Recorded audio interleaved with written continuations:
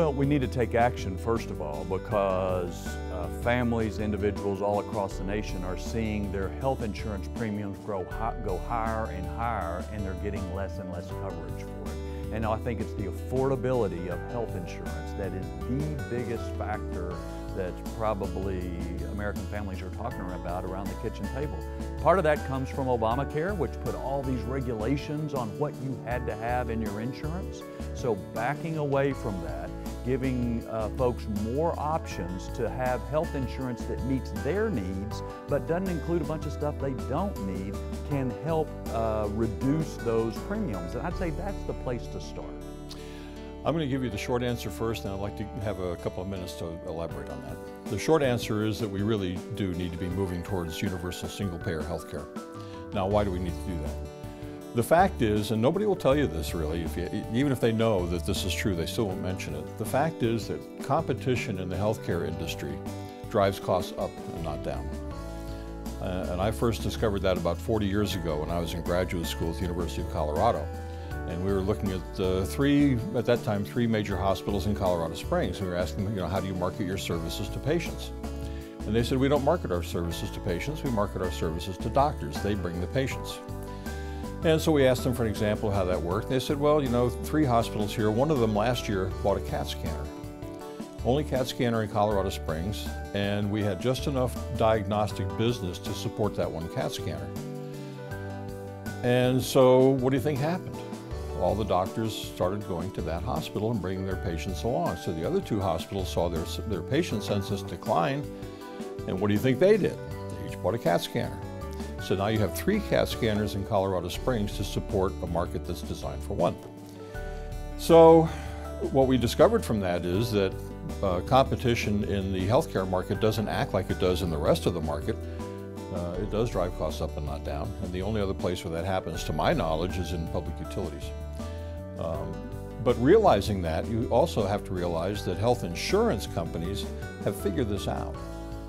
And so what they do is they say, well, we don't mind if healthcare costs continue to rise, because the higher these healthcare costs go, the more you need health insurance.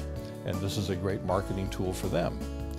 And the fact is that all health insurance companies, the privately held ones, are marketing to the same target group. Their main focus is young people who are healthy and are making at least $200,000 a year. Well, they're all competing for that market. And so everybody who falls outside of that, they're either older or they have pre-existing health conditions or they don't make $200,000 a year, they get rated higher. They have to pay more for their health care. So of 12 industrialized countries, probably the most industrialized countries in the world, 11 of them have universal single-payer health care and one doesn't. And we're the one that doesn't. We pay the highest health care costs of any country in the world. And we get the number 12 in efficacy. We have of the 12 industrialized countries, we have the worst healthcare outcomes. And then on top of that, it helps to realize that right now, the wealthiest people in America, the wealthiest corporations in America, are paying way more than they should for healthcare anyway, because if somebody shows up at the emergency room and they can't pay for the service they're getting there, that's charged off to the people who can pay it. So my point of view about that is, let's simplify this, let's make it more efficient, and let's do it on purpose, let's do it with intention. And so if we were to install universal single-payer health care, chances are people's taxes might go up some percentage, but the fact is they would stop paying their health care costs. And right now, that health care cost burden is an enormous distraction for small and mid-sized businesses, because that's an element of their income statement that they can't get any control of, so they can't plan very effectively for coming years. That's my answer.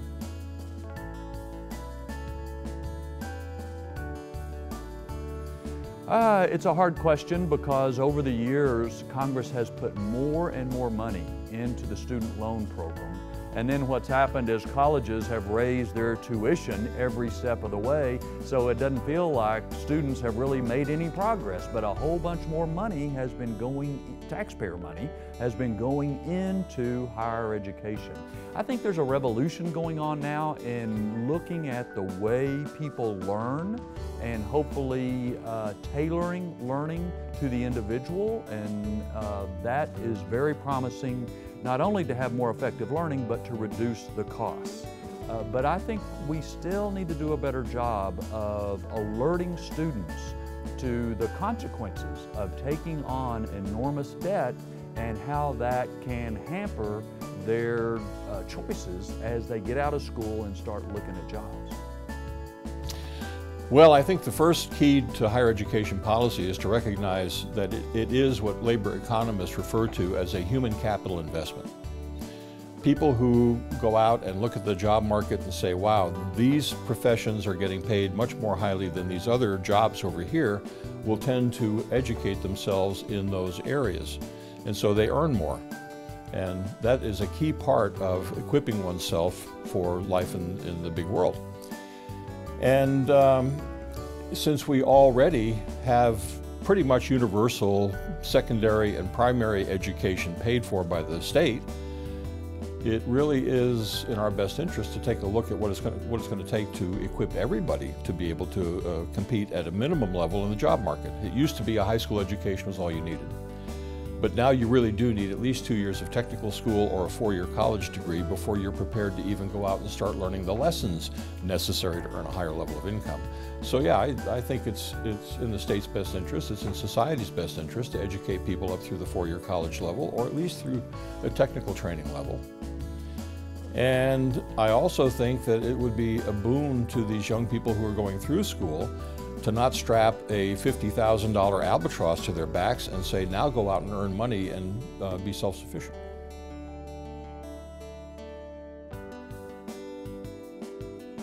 Well, Russia should remain in the forefront of all of our minds because they have a history of trying to influence elections, not only here in the United States, but in a variety of countries, especially in Europe. The most important thing we can do as voters is take everything we read and see with a grain of salt. Check it out. See if it makes sense to us. Because certainly what Russia did in the last election was to take an issue and then they would put out Facebook and other ads on both sides of the issue just to inflame divisions. And it's not just Russia that's in this game now. We've seen other countries getting involved with social media and other platforms to try to divide us from one another. Kind of like pouring gasoline on a fire. They'll figure out where we have differences of opinion and then they'll try to inflame those things. The last thing is the FBI and Homeland Security do have to make sure voting machines themselves are safe. That Russia and these other nations cannot go through the internet and tamper with the results, because we all need to have complete confidence that those results are true and accurate. You know, once a fear, any kind of a fear takes over in a society, it's really tough to root that out and say we're not going to feel afraid anymore. The reality is that the kind of fixing that we're concerned about Russia doing in our elections has its own parallel from back in the 1920s and 30s of ballot stuffing. Basically what we're afraid of is that we're going to elect somebody to office who was not really elected by the people, but was elected by some small subset or even a foreign interest, and they do basically the 21st century equivalent of stuffing a ballot box. One thing that we can do is go back to paper ballots. If we have paper ballots, we have an audit trail that we can follow, we can count votes again, and we don't have to worry about somebody hacking a terminal of some kind. The big concern about Russia's involvement, it turns out, was probably more in how they targeted ads to appeal to certain voters and have them vote a certain way. It wasn't necessarily that they were hacking voting machines and changing votes. That probably didn't happen. Partly because, first of all, that's not universal in America. There are some states that do have digital voting across all of the races, but there are others like Texas that use mixed media for that sort of thing. And it's really tough to to hack all of the different systems there are out there, because there isn't just one. There are a bunch of different ones that different states contract for. So I think the Department of Homeland Security and the FBI are on the right track when they say we want to make sure there is a fair vote in the United States, and that we're electing people only with those citizens who are entitled to vote and not with any other interest. But I do think a critical part of that is to be able to go back afterwards and say, okay, how many votes were there really cast and how many were legal? Sure, national security.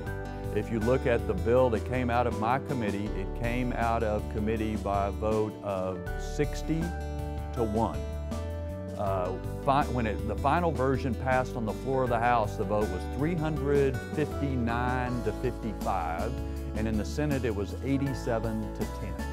So there are a few people in both parties on the fringes who were not voting to support our military, but the broad center in both parties strongly supported rebuilding our military, giving our troops the resources they need to do the job that we asked them to do. And I think it's really important that however this election goes nationally, that we maintain that bipartisan commitment to working together to support our military. No. And let me tell you, it's not a divide. It's an abyss. We have such polarized politics in this country today that for anybody to reach across the aisle in any meaningful way is almost an act of party treason.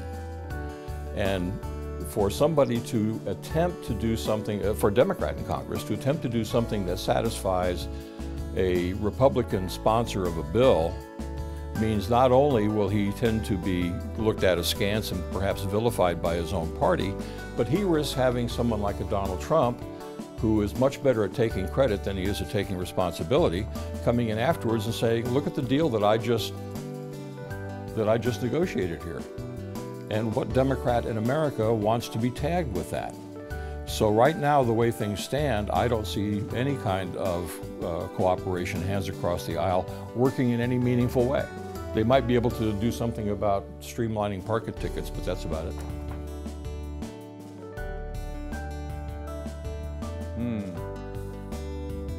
Satellite phone, extra batteries for the satellite phone, and maybe some food. What a great question. Let me make an assumption here. Let me assume that this is a desert island and in a tropical latitude. In other words, we're not stuck up at the poles. In that case, what I would want is, I would want a mirror, I would want a solar still, and I would want my wife, Diane, to be with me. The mirror is for signaling. If you have a high sun angle, you can signal to ships and airplanes. The solar still is to make sure that I have fresh, clean water no matter what. And my wife is to make sure that I can survive, because she knows a heck of a lot more about surviving in the wild than I ever will.